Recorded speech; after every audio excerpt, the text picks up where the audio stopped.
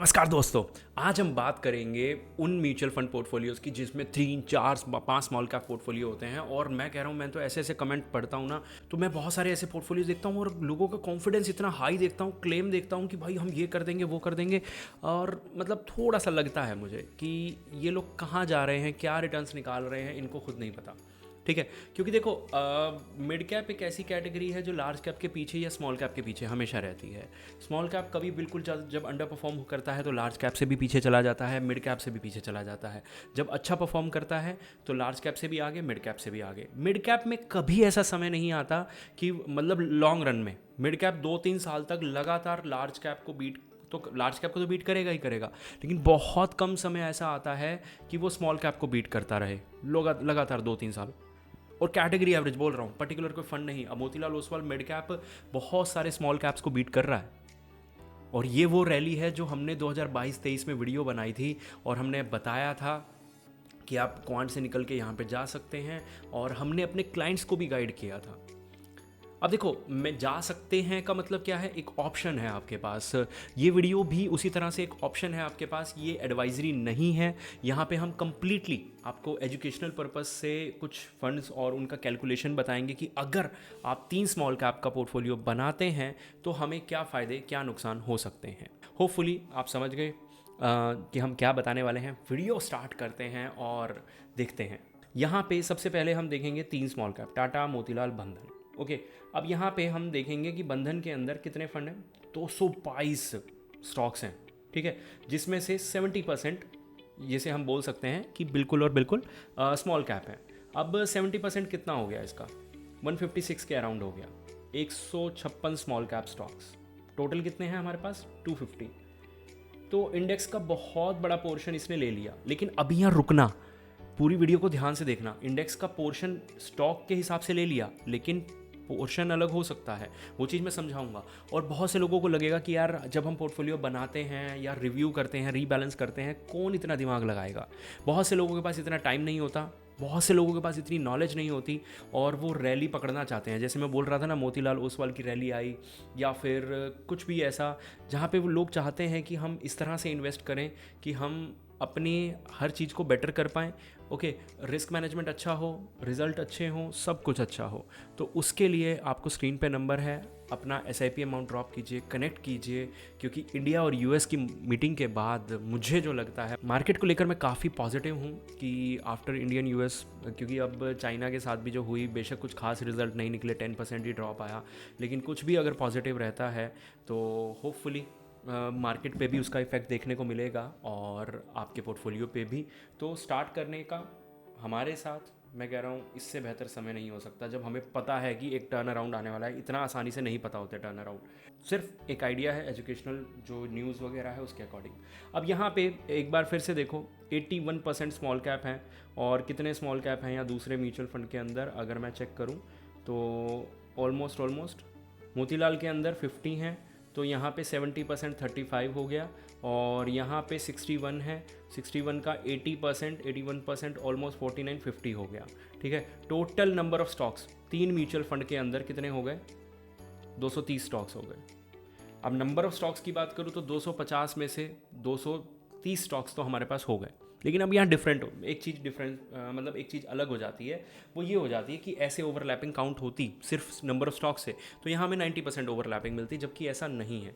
Actual overlapping depend करती है कि आपका फंड अमाउंट कितना है।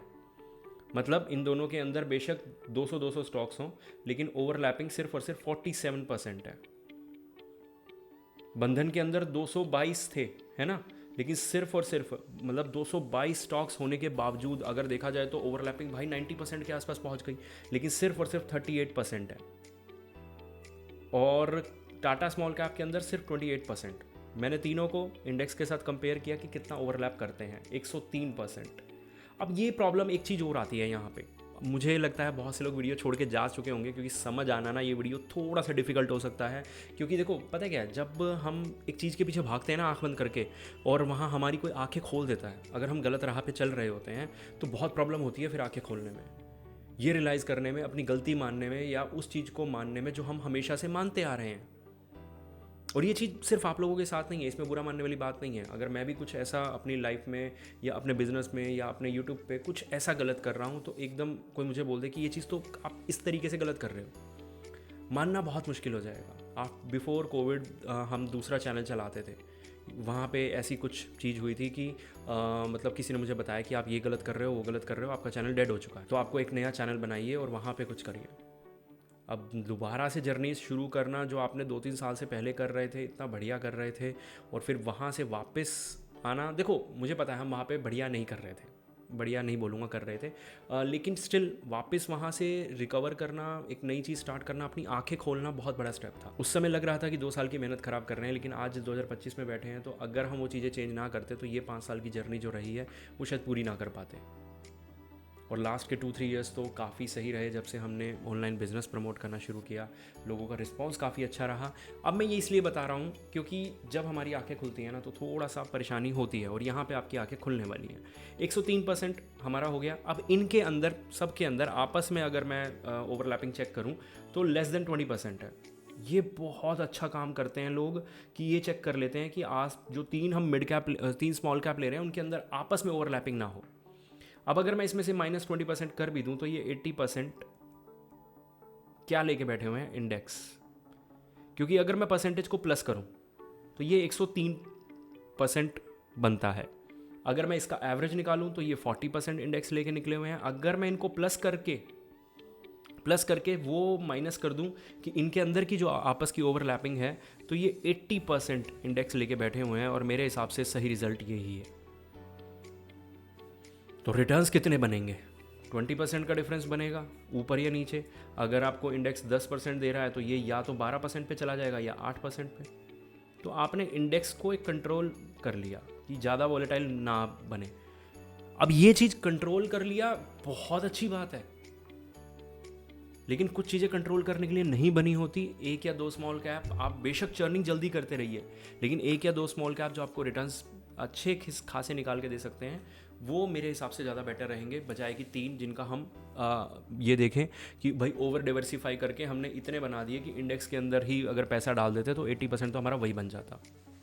और ये मैं अमाउंट के हिसाब से बता रहा हूँ, नंबर ऑफ स्टॉक्स के हिसाब से नहीं। स्टिल अगर ये 40% भी रिजल्ट है तो 40% भी थोड़ा सा हायर साइड पे हो जाता है।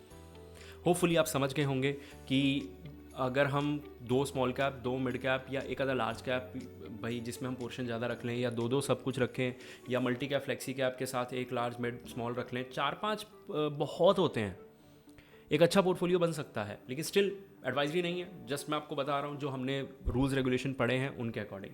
और यहाँ पे जो नंबर्स समझ आते हैं उनके अकॉर्डिंग ये समझ आता है कि अगर हम ये रूल ब्रेक करते हैं कि हम एक ही तरह के फंड बिना ओवरलैपिंग के ज़्यादा ले लेंगे तो ओवर डाइवर्सिफिकेशन हो जाएगा, और ओवर डाइवर्सिफिकेशन हमें इंडेक्स जितने रिटर्न देता है।